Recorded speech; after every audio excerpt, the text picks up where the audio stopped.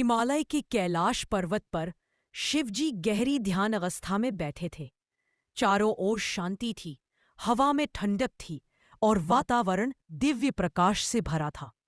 तभी माता पार्वती ने मुस्कुराते हुए कहा, महादेव, धरती पर एक भक्त है जो आपको बहुत श्रद्धा से पुकार रहा है। उसका दुख आपके हृदय तक पहुंच गया है। शिवजी ने नेत्र खोले और दया भरे स्वर में कहा, पार्वती, उसकी भक्ति सच्ची है, मैं उसकी सहायता अवश्य करूंगा। धरती पर एक छोटा सा गांव था जहां नंदू नाम का एक गरीब लड़का अपनी बीमार मां के साथ रहता था।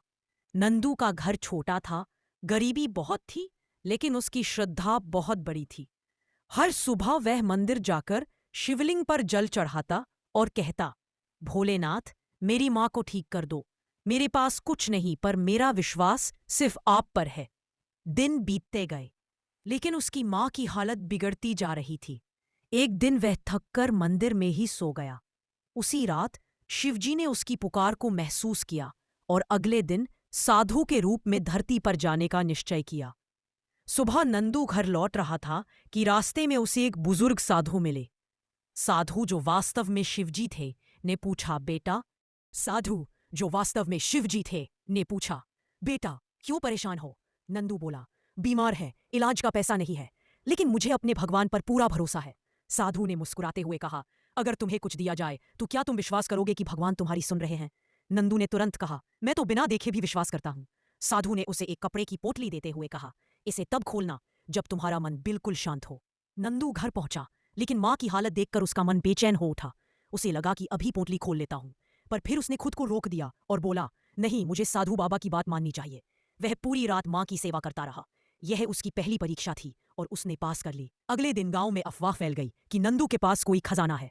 कुछ लोग लालच में उसके घर आ गए और बोले, पोटली दिखा, उसमें क्या है? नंदू ने डरते हुए भी दृढ़ता से कहा, यह भगवान की दी हुई चीज है, मैं इसे किसी को नहीं दिखाऊंगा। लोगों ने उसे चोर तक कहा, लेकिन नंदू ने धैर्य नहीं खोया। उसने दूसरी परीक्षा भी पार कर ली। शाम को वही साधु फिर उसके घर आया और बोला, बेटा, अब पोटली खोलो। नंदू ने उत्सुकता से पोटली खोली। अंदर ना सोना था ना चांदी, बस एक बिल्वपत्र और एक रुद्राक्ष, बस 10 एक बिल्वपत्र। इसी दास ने अपनी मां के माथे पर रखकर पानी पिलाना, बाकी भगवान पर छोड़ देना। नंदू ने वही किया। कुछ ही क्षणों में उसकी मां की सांसें सामान्य होने लगी, चेहरे पर चमक लौट आई। वह धीरे धीरे उठकर बैठ गई, जैसे कोई दिव्य शक्ति ने स्पर्श किया हो। नंदू की आंखें भर आईं। वह साधु की ओर देखता रहा और बोला, आप कौन है? ये चमत्कार कैसे हुआ? तभी अचानक साधु का रूप बदलने लगा। घर में दिव्य प्रकाश फैल गया। सामने शिवजी स्वयं प्रकट हो गए। नंदू रोते हुए उनके चरणों में गिर पड़ा। शिवजी बोले, तुम्हारी भक्ति, तुम्हारा धैर्य और तुम्हारा विश्वास अटूट था। तुम्हें परखना जरूरी था, क्योंकि कठिनाई में भी जो भगवान पर विश्वास रखे वही सच्चा भक्त होता है।